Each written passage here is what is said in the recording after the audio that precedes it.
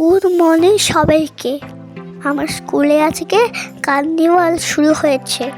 স্কুলে এসে সঙ্গে সঙ্গে শেওলি দিয়ের কাছে চলে গেলাম। দেখলাম এক জায়গায় মোমো আছে, মোমো খাই চলো।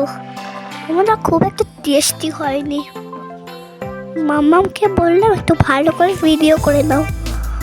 মাম তাই ভিডিও করে নিল। এই দেখো একটা এখানে পাপড়ি চাট, তোমরা খাবি নাকি? পাপড়ি চাটটা খুব টেস্টি ছিল।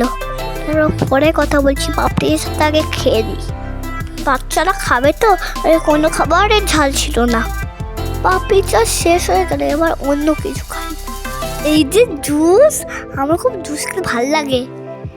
তাড়াতাড়ি বানিয়ে দিচ্ছিল, খুব ভিড় ছিল তো তাই জন্য। জুস ছিল, কটন ক্যান্ডি, আরও অনেক কিছু ছিল।